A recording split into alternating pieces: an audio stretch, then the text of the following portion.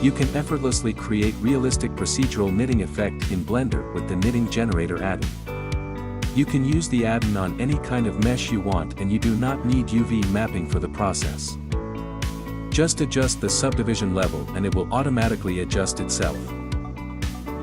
You can check Add Secondary Fibers button and add additional details to your scene.